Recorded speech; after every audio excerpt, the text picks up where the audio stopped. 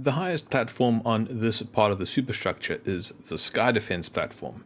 This is quite a large and complex platform to construct. As with all of the other platforms on this part of the superstructure, it is also going to be an entirely photo etch construction. The main difference between this platform and the other platforms that I've recently constructed is that there aren't many curved corners. This should make construction easier, but this platform has a wooden baffle which will complicate things. As with all of the platforms, I'm going to start the construction with the lower half. This half has fascia boards that need to be folded up into position and no rounded corners, because in the location where there would be a rounded corner for the splinter shield above, that is where there will be an opening for a boom to stick out the side. While cutting this component off of its fret, I came across this panel, which doesn't have any connections to the platform.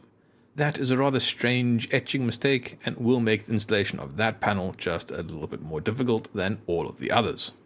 After removing the part from its fret, the panels are folded up into their vertical position using tweezers. This is a trivial process for almost all of the panels. It's just that one that's going to be difficult. One thing that I had intended to do was leave one of the panels open so I could have access with tweezers to clamp the components together. That would have allowed me to clamp the sides of the platform together to assist with their positioning during gluing. But since there is one panel that is not attached at this point, I might as well use that as the opening for the tweezers. So I will not install the loose panel at this stage. Instead, I'll move on to folding the splinter shields for the upper half of the platform. The process here is essentially the same as for the lower half, although there are two small differences. One is that all the panels are actually properly connected, and the second one is that two of these panels have slight curves that need to be imparted on them. Those curves are once again aided by corrugations in the photo etch, and the curve is over a very short distance, so I don't expect that to be difficult to do at all. Certainly nothing compared to the other platforms. After folding all the panels up into position, I hold them together with my fingers and glue the corners using extra thin superglue. Once I'm happy with the orientation of all of the panels, apart from that one that I've left open for access with tweezers, I clamp the two halves of the platform together and carefully position them so that they are sitting perfectly on top of each other. Once I'm happy with their orientation, I apply extra thin superglue to the seam line and bond the two halves together. Once happy that the two halves have been properly bonded to each other, I fold the last panel up into position and glue it in place using more extra thin superglue. All the excess glue can now be removed from the outside of the splinter shield and fascia board. To do this, I use a variety of files and sandpaper. Once I'm happy with the state of the exterior of the splinter shield, I apply plastic putty to fill the seam line between the fascia boards and the splinter shields. Although this is branded as putty for plastic, if you read the fine print, you will see that it also works with metal, so I am confident that this putty will be able to do its job just as well on this photo etch component. After leaving the putty to dry for a few hours, I remove it using files and sandpaper, leaving a nice smooth surface. Next, I'm going to install the support struts. There are quite a number of support struts that need to be installed underneath this platform, but since they are all of very obvious different lengths, which clearly indicate where they should be placed, I can remove them all from the fret at the same time and then place them just visually. These support struts are installed in the same way as all of the other support struts that I've installed on these platforms. There are locator ridges which they need to be placed on top of. It would have been better if there were notches in the photo etch. It is slightly more difficult to position the strut, but it works well enough. To install the struts, I first apply a small drop of medium viscosity superglue to the tip of the strut. This is just to tack the strut in place. After tacking in place all of the struts, I reinforce their bond using extra thin superglue. In some cases, the superglue pulls a little bit, so I use a wire to draw it along the full length of the strut. Before I install the platform onto the superstructure, I want to check it for defects. This is quite a complicated structure, and once it's installed, it's going to be more difficult to handle and correct. The first step is to spray the platform with metal primer. The metal primer will help future layers of surfacer and paint stick to the metal. After the metal primer has dried, I apply surfacer. I apply surfacer for two reasons. The first is to reveal defects. And on a part like this, where it has smooth surfaces without detail that needs to be preserved, if I do find a defect, I can load up a comically large amount of surfacer to help build up and conceal that defect.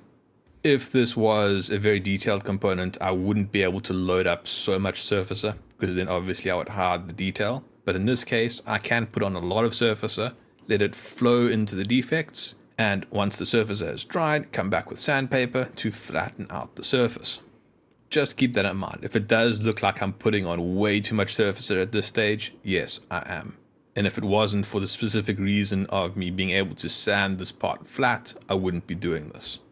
Since there is so much surfacer on this component, I now need to set it aside to dry for a good number of hours. If I don't leave it to dry overnight, the surfacer is still going to be quite moist when I try and sand it, and that will not work well. So while that's drying, I'm going to work on the wind baffles. These wind baffles are very similar to the wind baffles that I constructed previously. The major difference is that they are mostly straight, they only have these two small curves. I expect that to make them slightly easier to work with. After removing the wind baffles from their fret, the panels are folded up into position and the slight curve is imparted. Once I have the panel correctly orientated, I clamp it together with the top of the wind baffle and glue the panel to the top of the wind baffle starting at the end.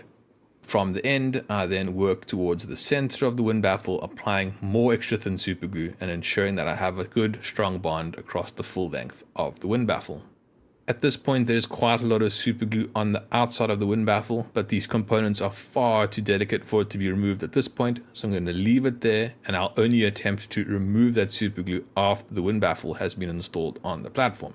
That means it is now time to install the inner support struts.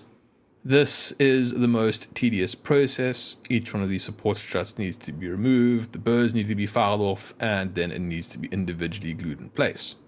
The method for installing all of these support struts is exactly the same. A small drop of medium viscosity superglue is applied to the corner of each support strut and is put in place. This is just to tack the support strut in place, so at this point I need to be very careful with the components because these support struts are very delicately attached. I proceed with installing the support struts until I start accidentally knocking some of the support struts off that I've already tacked in place. That is my cue to then reinforce the bond of the tacked in place struts with extra thin superglue that I apply with a wire before I proceed to install more support struts until I start knocking them off and then reinforcing their bond with more extra thin superglue. Some time after completing the construction of the wind baffles, the surfacer on the platform has dried and can be sanded. All that is required here is some light sanding to flatten out the surface. In some cases, metal does show through. This is not a problem. Now that I'm happy with the state of the Splinter shields, the wind baffles can be installed. This is quite a constrained space and the fit is very tight, but it does fit well enough such that when I have the wind baffle in place, it is basically clamping itself to the Splinter shields. Once I'm happy with its orientation, I glue it to the Splinter shield using extra thin superglue. I apply the superglue both above and below the wind baffle. Not only do I want the top of the wind baffle stuck to the top of the Splinter shield, but I want each individual support strut stuck to the Splinter shield as well to give it as much strength as possible. I found the installation of the wind baffles that go on the side of the platform a little bit more tricky to install, but with a little bit of handling I was able to get it into position and the fit is ultimately good. After firmly bonding all of the wind baffles in place, then proceed to sand them with a 400 grit sandpaper to remove any excess superglue on the exterior of the components.